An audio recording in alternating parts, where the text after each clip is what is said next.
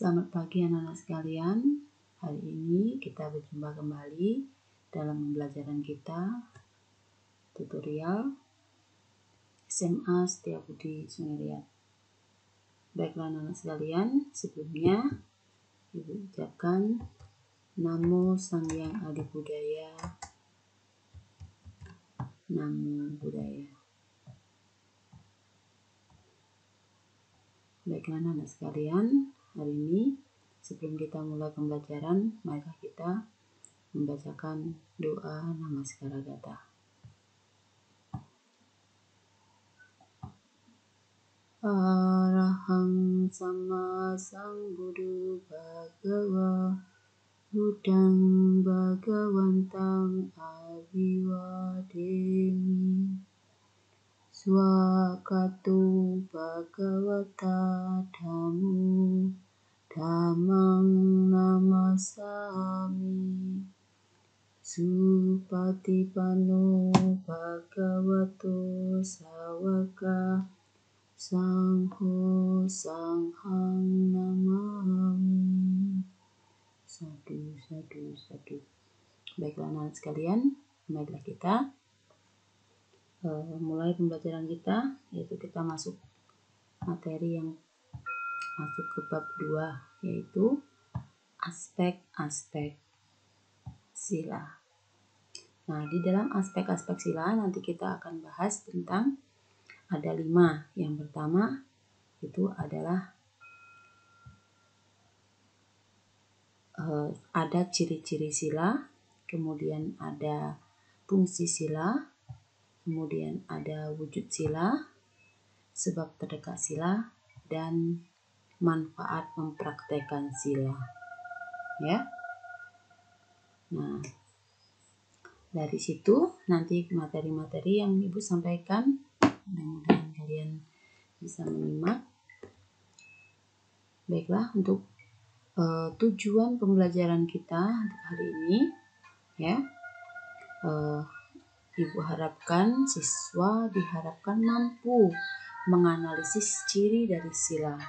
Kemudian kedua, siswa diharapkan mampu menganalisis fungsi sila. Kemudian yang ketiga, kalian diharapkan mampu menganalisis wujud sila.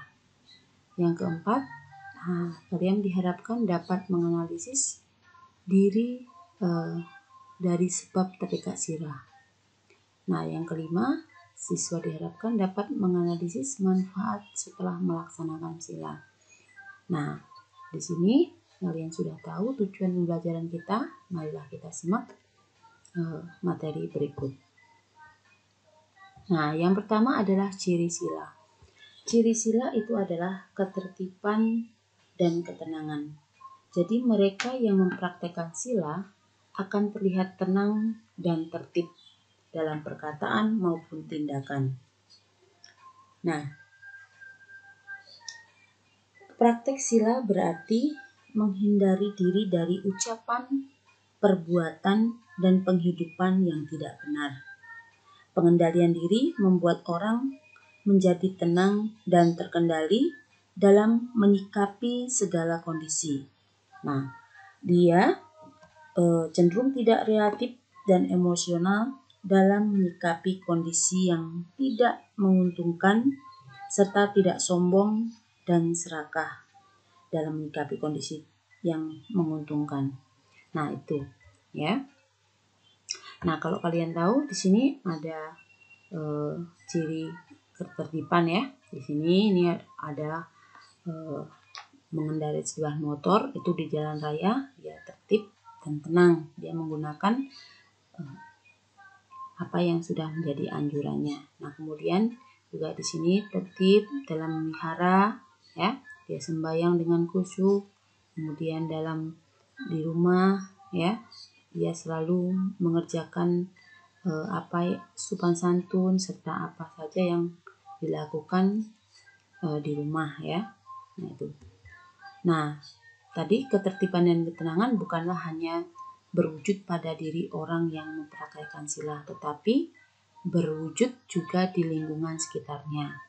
Ketertiban dan ketenangan yang ditunjukkan oleh orang yang mempraktekkan sila dapat mempengaruhi orang-orang di sekitarnya. Sikap tenang dan tertib yang ditunjukkan menjadi daya tarik bagi orang lain yang juga membutuhkan ketenangan. Jadi di dalam masyarakat kita juga berperan aktif atau berperan bahwa untuk mewujudkan ketenangan dalam masyarakat. Nah, kemudian yang kedua yaitu kita masuk ke fungsi sila. Fungsi sila itu adalah mencegah atau menghancurkan perilaku yang tidak baik atau disebut dengan dursila. Nah, dan menjaga orang yang mempraktekkan agar tetap berperilaku baik. Ya. Nah, dua fungsi sila itu dapat dijelaskan sebagai berikut. Yang pertama, menghancurkan perilaku yang tidak baik. Ya. Nah, di sini menghancurkan perilaku yang tidak baik merupakan bagian dari setiap orang yang belum mencapai kesucian. Jadi kita sebagai manusia biasa itu kewajiban kita supaya kita supaya kita melakukan perbuatan baik dan berperilaku baik. Nah ini ya, ini hal seperti ini yang ada di gambar ini tidak perlu kita contoh bahwa ini adalah perilaku yang tidak baik. Kemudian yang kedua, menjaga orang yang mempraktekkan silanya agar tetap berperilaku baik.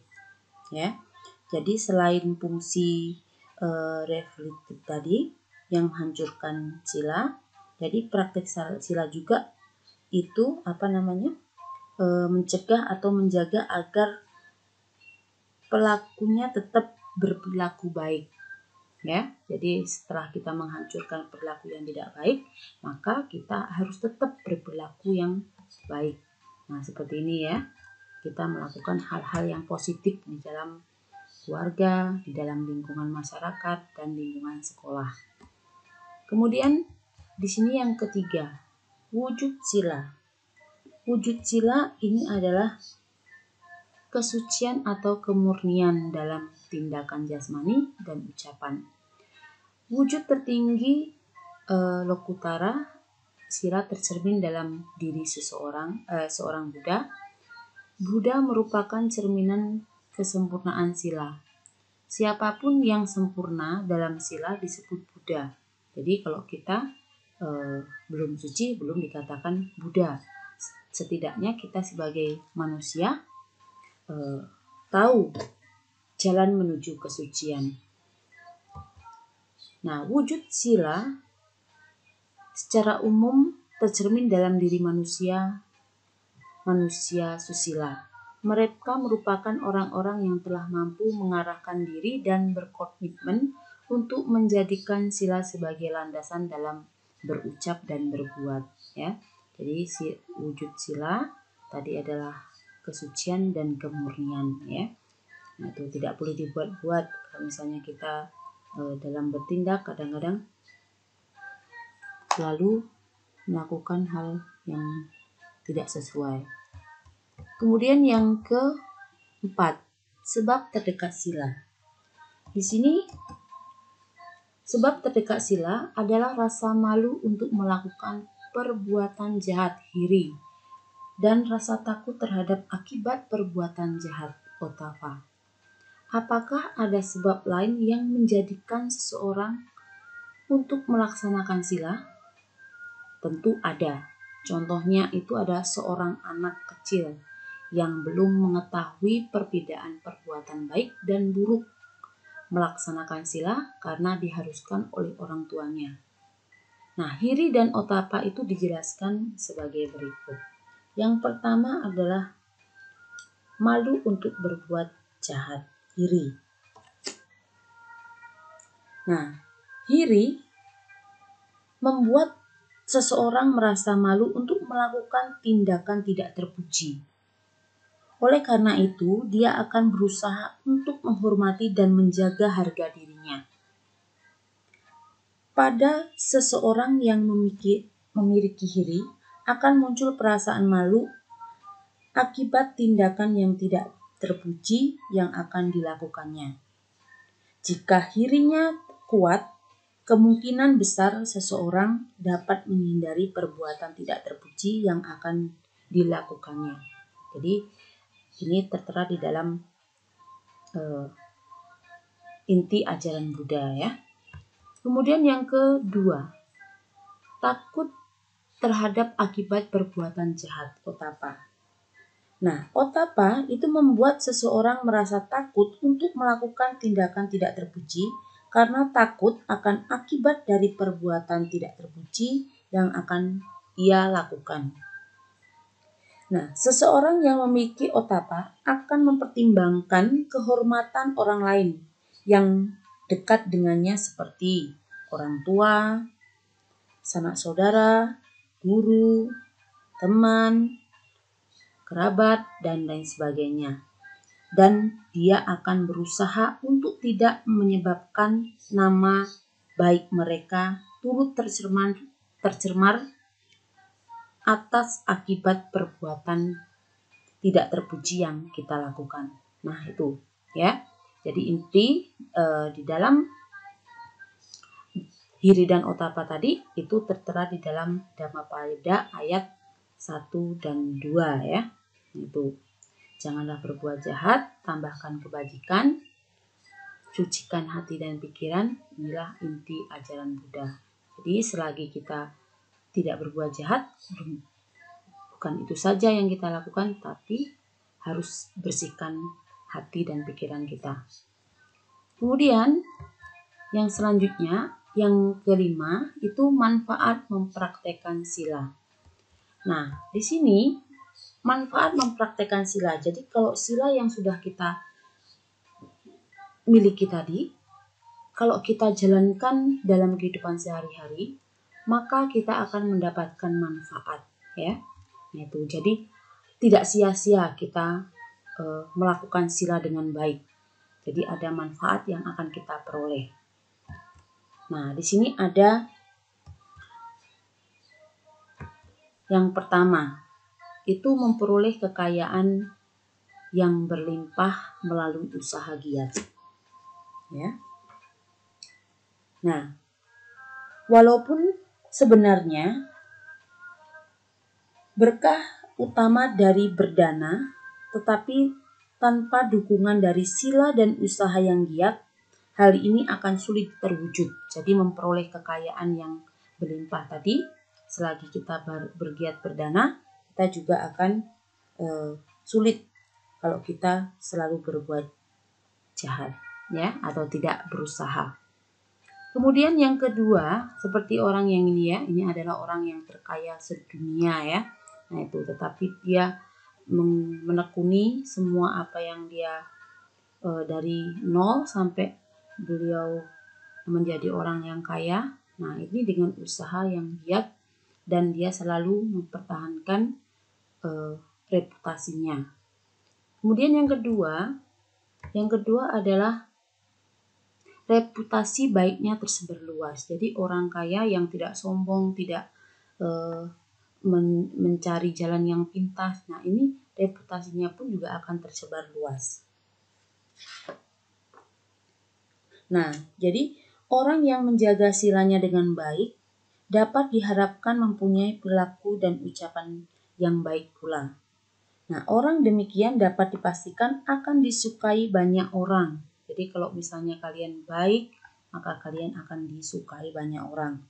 Oleh karena itu, suatu hal yang wajar bila reputasinya baiknya tersebar luas.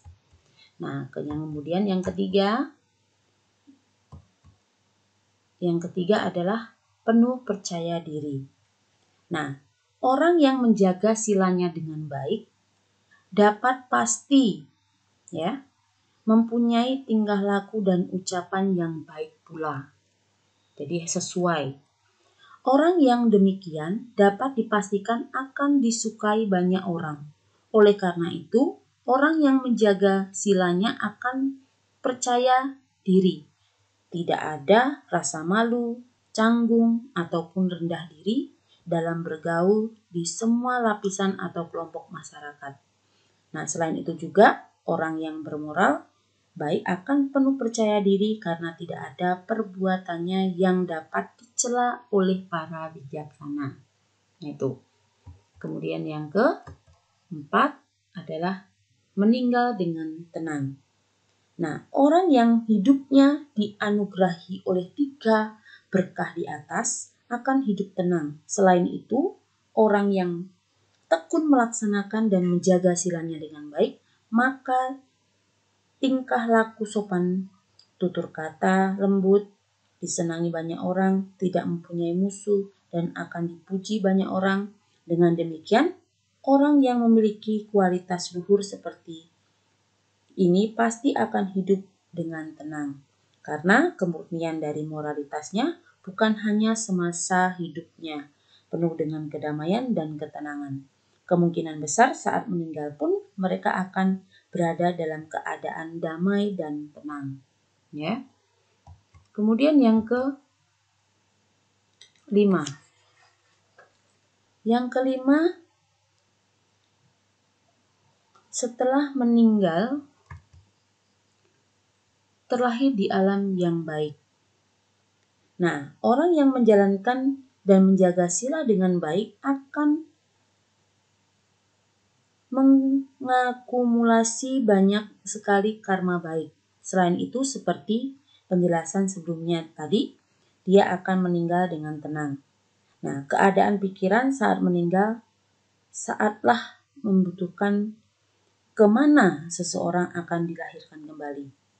Nah, seseorang yang meninggal pada saat pikirannya yang dikuasai keserakahan, maka dia akan terlahir kembali menjadi hantu, kelaparan, atau peta, atau jin. Nah, seseorang yang meninggal pada saat pikirannya dikuasai oleh kebencian atau keserakahan atau dosa, maka ia akan terlahir kembali makhluk penghuni neraka atau niraya. Dan terserang kebodohan mental atau moha, terlahir sebagai binatang atau tiracana. Ya. Nah, banyak kisah yang mencerminkan tentang kelahiran seseorang itu di alam yang bahagia sebagai hasil melatih dharma, yaitu dana, sila, dan meditasi.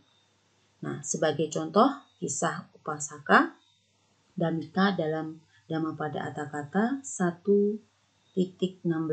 Suatu ketika di kota Waisali hidup seorang upasaka yang bernama Dhammika. Nah, nanti kalian bisa baca sendiri ya. Nah, kemudian yang selanjutnya adalah tercapai keinginan. Nah, di sini Buddha menyatakan dalam Danupapati Sutta atau Anguttara Nikaya bahwa harapan dari pendharma akan tercapai berkat kemurnian moralitasnya. Beberapa kisah yang menggambarkan hal ini antara lain itu dalam Jataka, kemudian ini di dalam syair Buddha atau sebagai Raja Udaya. Buddha dalam suatu kesempatan menyatakan kepada orang atau upasaka-upasika yang sedang menjalani uposatha, beliau berkata, sikap kalian baik. Jika kalian mengisi hari uposatha dengan melakukan dana, menjaga sila, meredam kemarahan, perbaiki hati, dan melaksanakan tugas kalian. Nah, para pria bijaksana di masa lalu memperoleh kemaksuran bahkan hanya dari menjalankan separuh dari uposatha. Ya. Nah, beberapa waktu yang lalu Ibu sudah menjelaskan uposatha itu seperti apa. Ya. Kemudian yang ketujuh. Yang ketujuh adalah menyembuhkan penyakit. Nah, salah satu dari kisah dalam Visuddhimagga yang menceritakan tentang kisah penyembuh berkat kekuatan kemurnian pelaksanaan sila adalah kisah Bhikkhu Sariputta. Nah, nanti kalian silahkan baca ya kisah Bhikkhu Sariputta Itu yang itu ada ceritanya, nanti kalian bisa baca sendiri itu kisahnya seperti apa. Nah, ini keterbatasan. Kemudian yang terakhir adalah landasan bagi tercapainya pencerahan, ya. Nah, jadi manfaat yang telah dibahas sebelumnya itu merupakan manfaat duniawi. Nah, manfaat ini merupakan manfaat tertinggi dari pelaksanaan sila.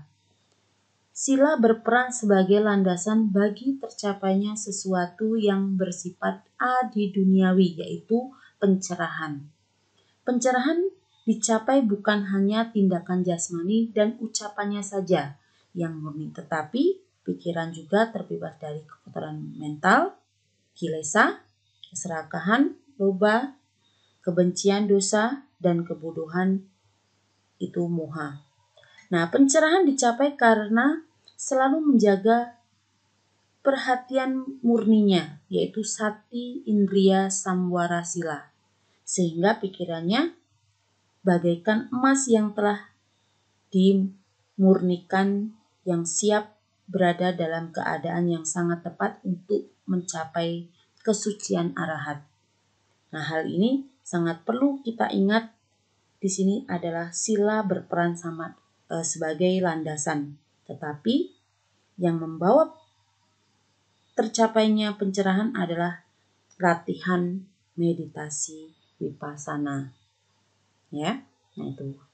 Nah, mungkin hanya itu yang Ibu bisa sampaikan. Mudah-mudahan apa yang sudah Ibu berikan, nah ini nanti silakan dipelajari. Kemudian untuk tugasnya nanti melalui Google Classroom, ya. Silahkan nanti dibuka di Google Classroom. Nah, mungkin hanya itu yang bisa Ibu sampaikan. Mudah-mudahan apa yang Ibu sampaikan bisa bermanfaat bagi diri kita dan kepada semua makhluk. Nah, mungkin kalau misalnya ada kata-kata yang kurang ataupun penjelasan yang kurang jelas, Ibu mohon maaf. Ibu akhiri. Selamat pagi. Namo Sang Hyang Adi Budaya. Namo Buddhaya. Sekian, terima kasih.